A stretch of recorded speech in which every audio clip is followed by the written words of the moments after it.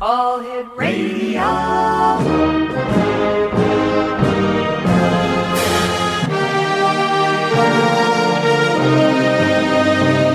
Welcome to the X Zone, a place where fact is fiction and fiction is reality. Now, here's your host, Rob McConnell.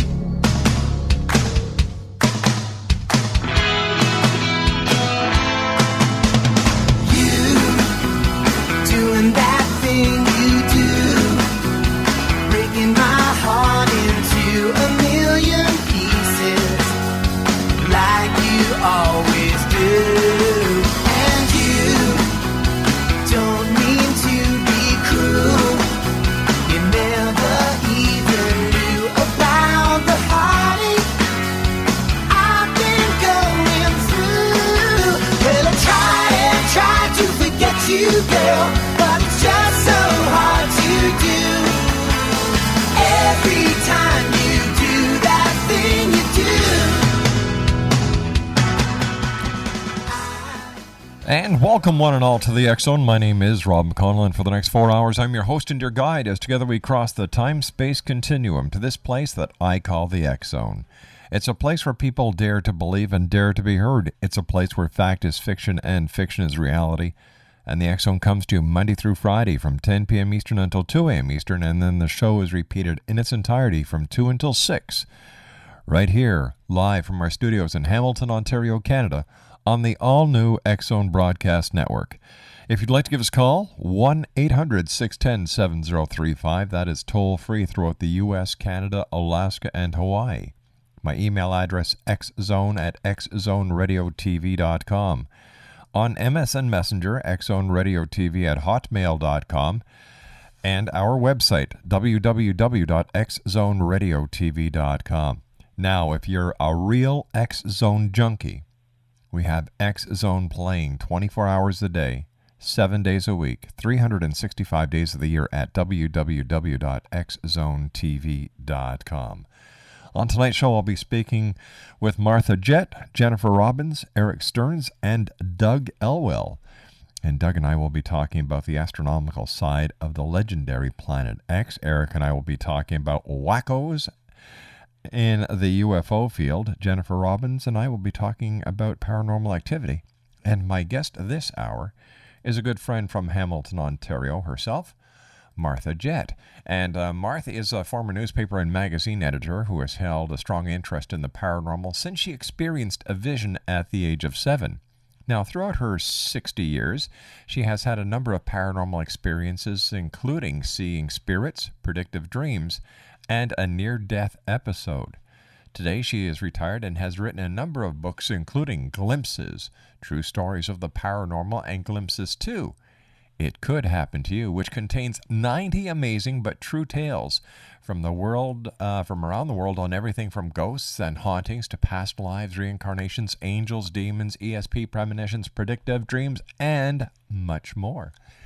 Her most recent effort, written with co-writer Don Coldclosier, is called Totally Sacred, the complete book on haunted houses that includes personal stories from folks who lived in the haunted houses and how to determine and or document if your home is indeed haunted, who to call for help, and what ghost hunters do, and much more. Her website, www.totallyscared.synthesite.com. That's totallyscared.synthasite.com. And joining me now from Hamilton, Ontario is Martha Jette. And Martha, how are you? I'm doing just fine, thank you. How are you? I'm not doing too bad, except I thought you were retired. You're working harder now, it seems, at writing than you were when you were in the newspaper industry. I know, they call it retirement, but it's not really. Not when you're a writer. You just want to keep on doing it. Where does your love from the paranormal come, and have you written any other books outside of the paranormal genre? Yes, I've written a number of books. I wrote a children's book called Talking to My Angel, which is about a little girl and her own guardian angel. And I've also written a novel based on a true story of child abuse called Playing with the Devil. a fiction spy novel called The Man with Magic Spectacles. And I'm trying to think. That's how many. What else did I write?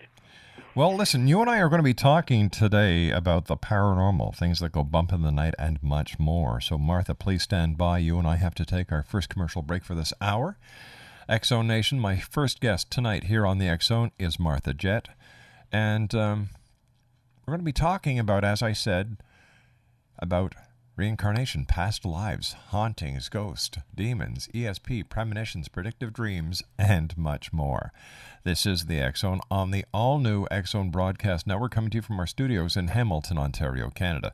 1-800-610-7035 is our toll-free worldwide number. That's 1-800-610-7035. Email xzone at xzoneradiotv.com. And don't forget, you can watch and listen to the X-Zone 24 hours a day, 365 days of the year at xzonetv.com. I'll be back on the other side of this 2-minute commercial break with Martha Jette as we continue right here in the X-Zone on the all-new X-Zone Broadcast Network.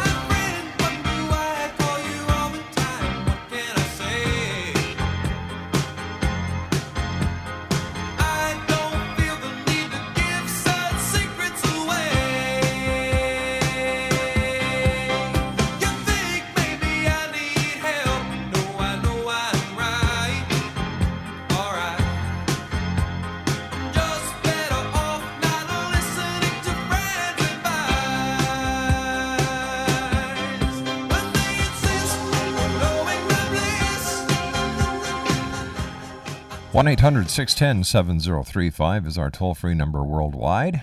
Email is xzone at xzoneradiotv.com. On MSN Messenger, xzoneradiotv at hotmail.com, and our website, www.xzoneradiotv.com. And to watch and listen to the X-Zone 24 hours a day, 7 days a week, 365 days of the year, xzonetv.com. Martha, what are some of the reasons that you have discovered and other researchers have discovered over the years that a house may indeed be haunted? Well, there are a number of reasons why a house may be haunted.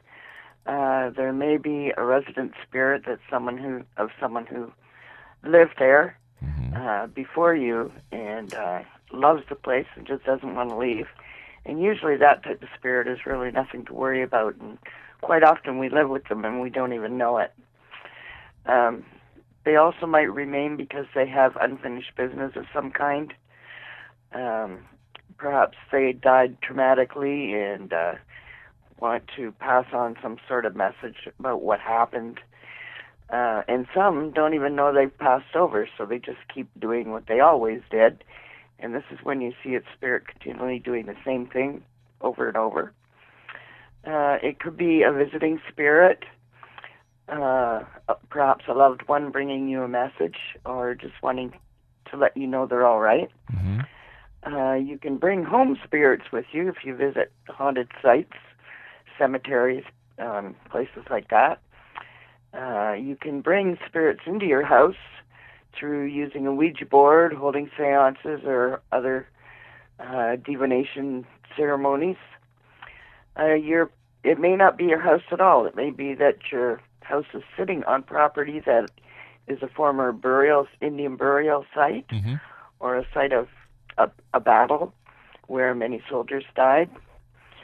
It could also be things brought into the house, particularly people who go to antique stores and resale shops.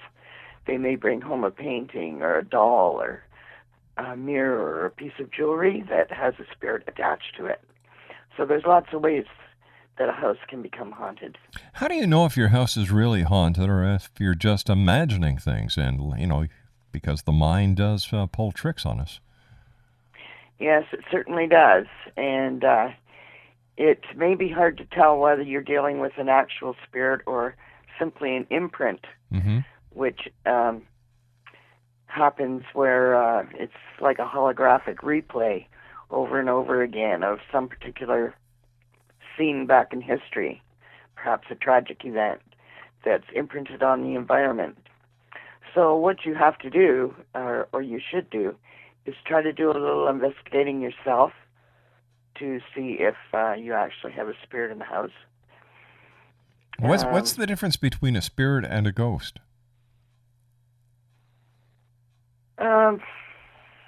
Spirit and a ghost. Well, a spirit is obviously someone who was alive and is now passed over. Some people call that a ghost too. I don't like that term particularly. Why is that? Go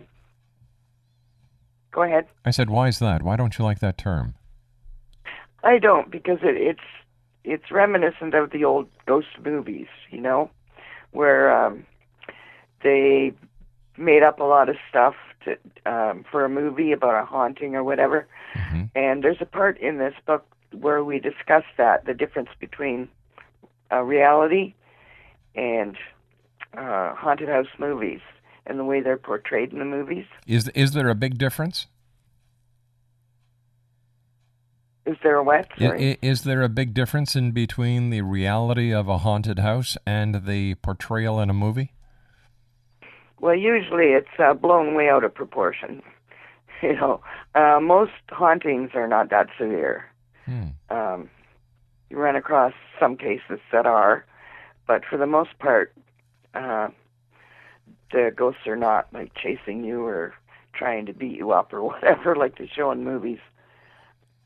Well, how about the reality TV shows that are on now? A&E, for example, has a ton of them, and it's all this night shot vision that they're using. It's all this scary, screamy stuff. It's it's a farce as far as I'm concerned. What's your opinion on it? Well, I watched some of them. Paranormal State is pretty good because they go in and when they do their investigation, they also try to look for things that might be alternative causes that seem like a haunting, but they're not. And also, if they do find resident spirits there, they try to do something about it, you know, to help them go to the other side. A lot of the shows don't. A lot of the shows that I don't like is where they try to instigate spirits. Yeah. Try to make them mad. Right. And then when something happens, they get all upset. Like, well, what do you expect, right? Yeah, exactly. So how do you suggest people go out and determine for themselves whether or not they really have a ghost in the house or if it's just their imagination playing tricks on them? Well, there's some simple things you can do first, like if your lights are flickering, which can happen with a haunting, check to make sure that there's no problem with the wiring. Right. If you feel dizzy and nauseous in certain areas of the house, check for gas leaks or perhaps even mold, which can be very toxic and make you feel ill. If you hear noises on the roof, make sure there's no tree branches up there hitting anything. If there are cold spots, check for vents and other sources where there could possibly be the source of a draft. So you rule out everything you can before you start your investigation. Okay, now, we've done all the checking. We can't find anything wrong. What's the next step? Okay, well, before you even begin investigating, you need to have some equipment. Most of it people have in their homes, like a good digital camera, perhaps a tape recorder to capture EVP, which is electronic voice phenomena of disembodied spirits.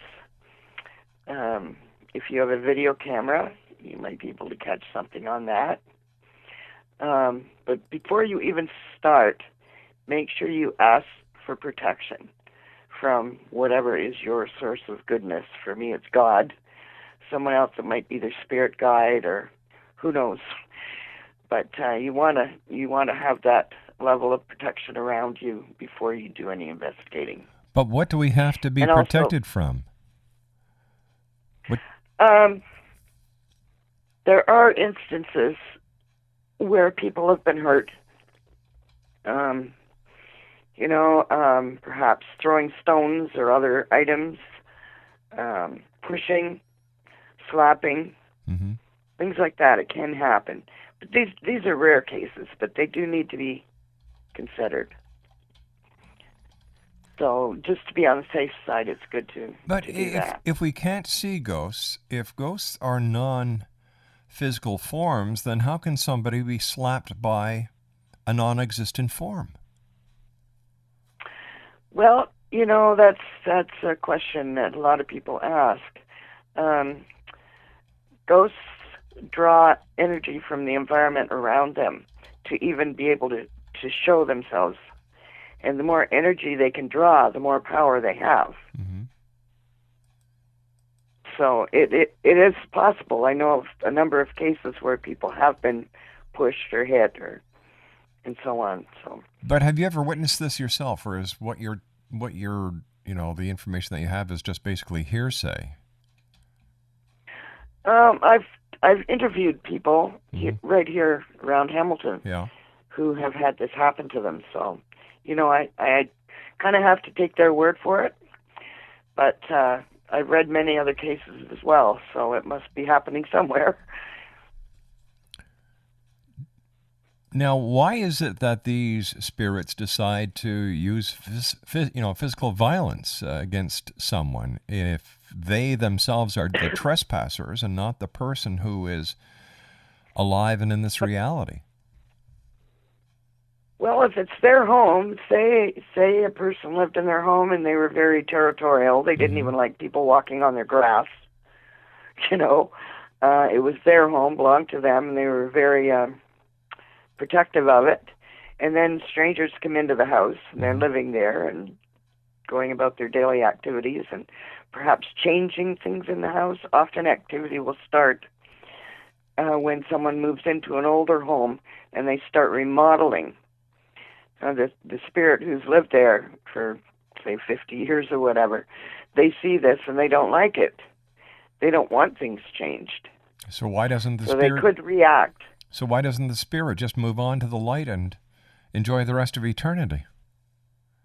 Oh, that would be nice, wouldn't it? Yeah. Why some of them get stuck here, there's the variety of reasons that I said, but it wouldn't be something I'd want to do. No, me neither. I'm looking for the long rest and the enjoyable time that we hear about. Mind you, Oh, me too. We don't know if Me too. we don't know if it's real or if it's just a myth in order to give us something to look forward to after we pass on. And Well, some people when they pass over, they don't have any particular strong beliefs about anything. Like maybe they're an atheist, maybe they just never bothered with believing in anything. Type of person who has to see it to believe it, kind of thing. My father was like that. I don't know. I'm hoping he's in the beyond, enjoying himself, but you just never know in those cases. that's true. We never, ever know. When we come back from this commercial break with the news at the bottom of the hour that we have to take right now, Martha, I'd like to talk to you about your experiences, your experience as a child and how it profoundly affected your life. And if other people listening tonight here on the X Zone have had experiences, even though it may be 10, 15, 20 years ago, what should they do in order to validate what they believe they've seen, believe what they have felt, and maybe what they've heard? Martha, Jette, and I will be back on the other side of this commercial break with the news as the X Zone continues, right here live from our studios in Hamilton, Ontario, Canada, on the all-new X Zone Broadcast Network. Don't go away.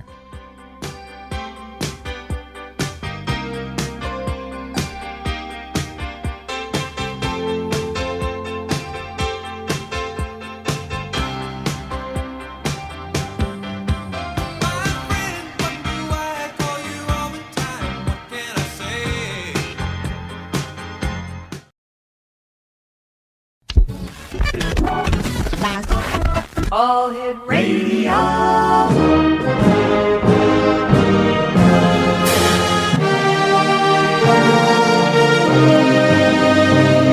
Welcome to the X Zone, a place where fact is fiction and fiction is reality. Now, here's your host, Rob McConnell.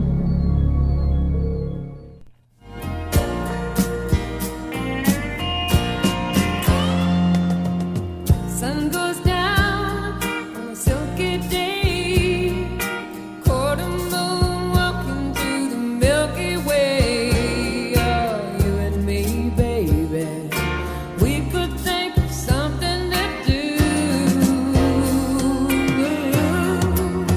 It's the right time of the night. The stars are winking above. It's the right time of the night, making love.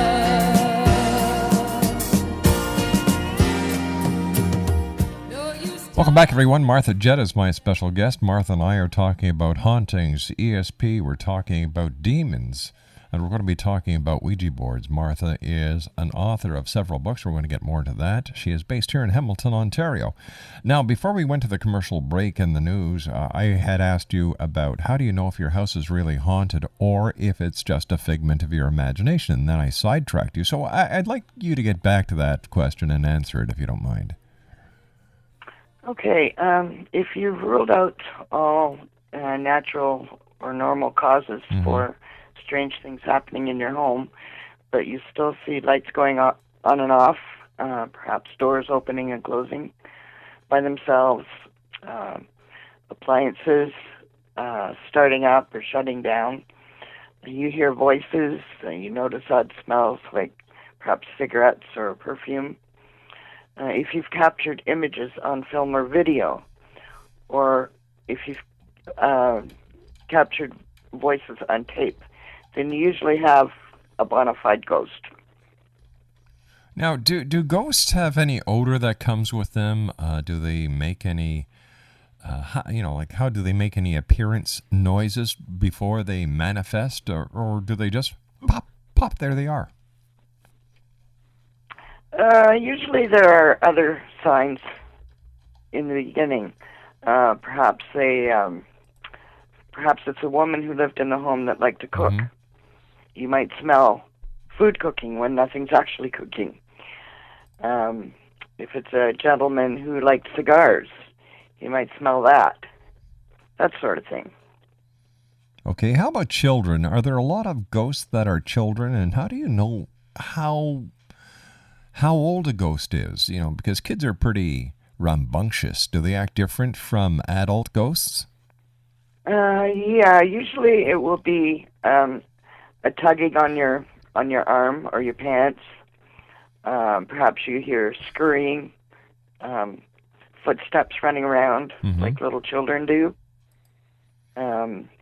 Children like to move things and play with things, so you might find things missing and then showing up later somewhere else. That's a few of the examples. All right, so we've established that my house is haunted. What's the next step? Okay. There's one other thing you can do first that would be helpful before you call in investigators, and that would be to try to find out the history of both the house and the property. You might uncover some information that will give you a clue as to what happened there. You could also go through, if you think that it may be, say, a burial ground, you might want to look up old newspaper clippings, things like that. There's a lot of reasons, really. Anyway, once you realize you have a ghost and you don't think you can cohabitate nicely with it, then you can call in a ghost hunting group that can come in and hopefully verify your findings and figure out a way to do something about it. Yeah, but there's a lot of wackos out there. not only in the world of UFOs, but also in ghost busting and ghost hunting, ghost Yes, researchers, there are, and there's a lot whatever you want to call them. So how do you know if you've got a legitimate person or a person that's playing minus a few cans in their six-pack? Well, probably the bigger problem is some are not as professional as others in what they do. So it might be good to go on to sites where these types of things are talked about and ask around which groups are more reliable than others. Mm-hmm. One thing for sure, you don't ever pay for an investigator to come in. The bona fide groups don't charge you. And if you feel uncomfortable with a group that does come or one of the members of the group, then tell them, I'm sorry, this isn't going to work out. Don't allow them to stay in your home. How about bringing in members of the clergy? You see on TV that the priest comes in with the holy water and the crucifix, and there's a whole bunch of going-ons in the house, and the house is then eradicated of any ghosts or spirits. Does that really work, or is that Hollywood at its best? Hollywood's done quite a number on that one, but actually, it can be done if it's done properly. Usually the clergy is called in if you're dealing with something other than a normal spirit, mm-hmm. Some sort of entity, particularly an evil entity that's somehow gotten into your home, perhaps through, they talk about portals. I don't know if they actually exist or not, but some say they do. Also, it could be say a teenager who's deep into devil worship. They could draw in something really awful. So in a case like that, they would call in the clergy to deal with it, because you need a higher power, to get the force out of there. So you need something better than a ghostbuster who really doesn't know what he's doing. You know what I can't understand about a lot of these so-called ghostbusters is they remind me of the old CB radio clubs of the 70s, where everybody had a CB radio in their car, and they'd all meet somewhere, sit in their cars, and talk to each other on the CB radio when the car was just 5 feet away from each other. It seems that the majority, and I think I'm being kind here when I say the majority, I'd put it a lot higher, but the majority of these people who are now involved in the paranormal fit nowhere else in society. They're a little clique of their own. Well, the truth of the matter is a lot of these ghost hunters, members of ghost hunting groups, they all have day jobs. Mm-hmm.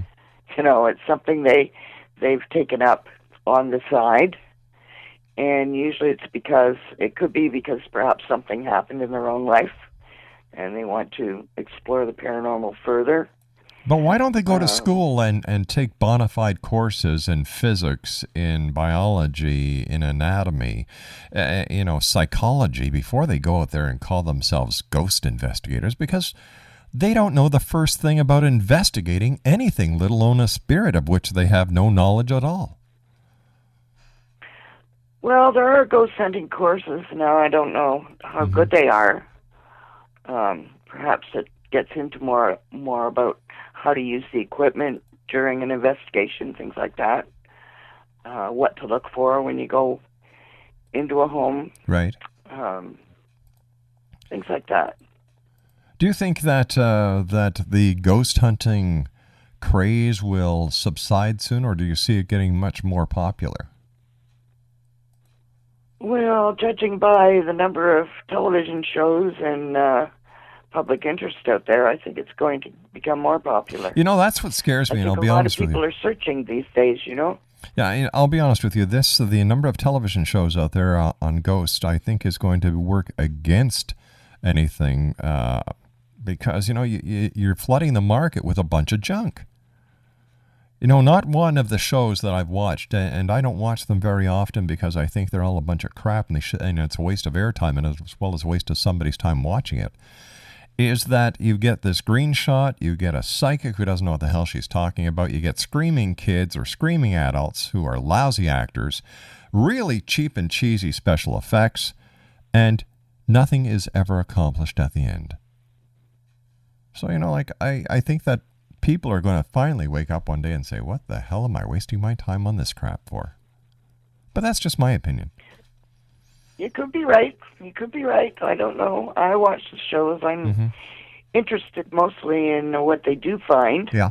Well, what's the most amazing thing that you have found yourself? Because you've been investigating the paranormal yourself, and we don't have to talk about TV shows to get your perspective of it. And what have you seen, or what do you believe is the most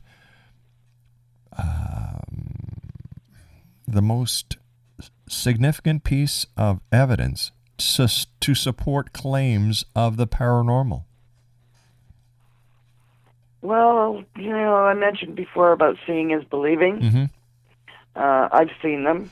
What do they look like? And, the first one I saw was a fella that I had known who showed up walking through my bedroom door one night just before I was, as I was pulling the covers over myself to go to sleep. Mm-hmm. And he walked right in. He looked sort of sparkly white, but there was enough of an outline to him that I could see who it was. And he walked in. It was right beside my bed. He was like maybe a foot away from me. And he bent over as if to pick up my phone, mm-hmm.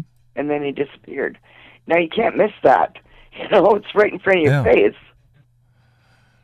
All right, so seeing is believing. Now, prior to this sighting that you had you thought of him recently? Was he fresh in your mind? Was there some reason why he had come to you? Well, at one point, I was in love with him. Mm-hmm. And things didn't work out. He decided to go out west for work. Right. And I hadn't heard from him in months before this happened. So I don't know whether he died or if he was perhaps astral traveling in his sleep. So, all right, now you just brought up a very interesting point. So if the person was not deceased that you saw,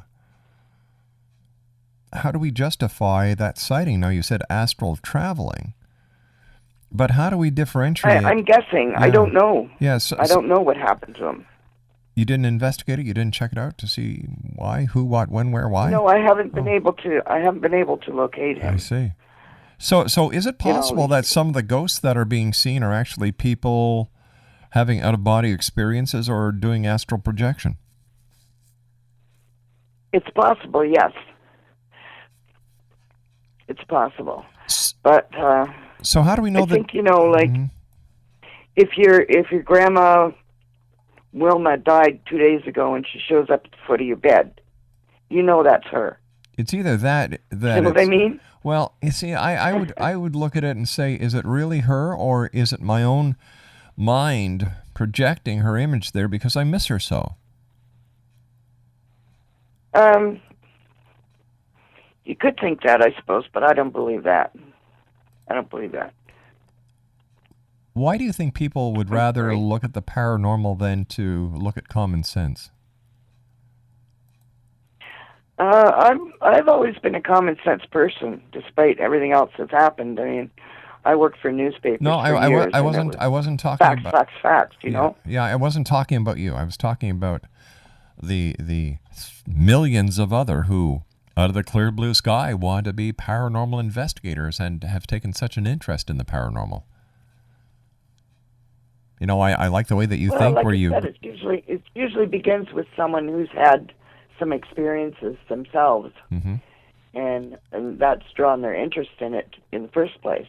But how many other paranormal researchers or authors like yourself would actually say, that it may not be a ghost, it may be somebody having an out-of-body experience, it may be somebody who's having an astral projection experience? Other people would say, no, it was a ghost. I know it's a ghost. It's a ghost. It's a ghost. It's a ghost. And yet you say, because you are the kind of person you are, that it could be an out-of-body experience. It could be, somebody doing astral projection. So why do you think that Residual. or residual? Why? So, my question too was, why do you think so many people that are in the paranormal now are so dead set fast on their belief that it's got to be a ghost or these orbs, that has to be a spirit, that there's no leniency? Orbs are the worst. Orbs are the worst. I mean, all you have to do is kick up dust in a room and you got it. It's full of orbs. Exactly. You have to be very careful with that.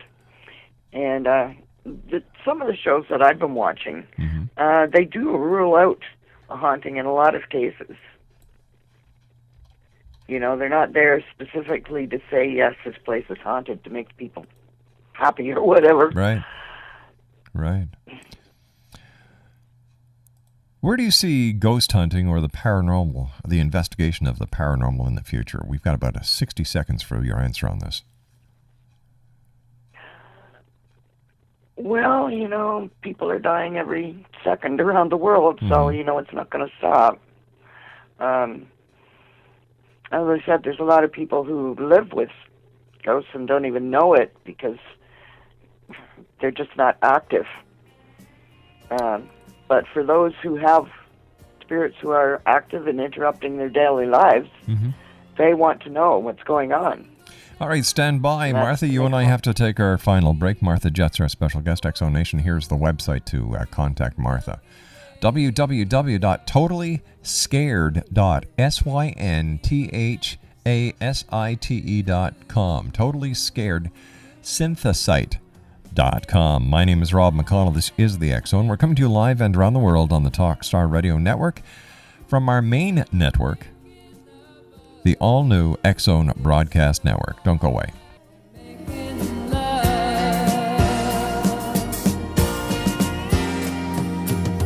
No use talking when the shadows fall.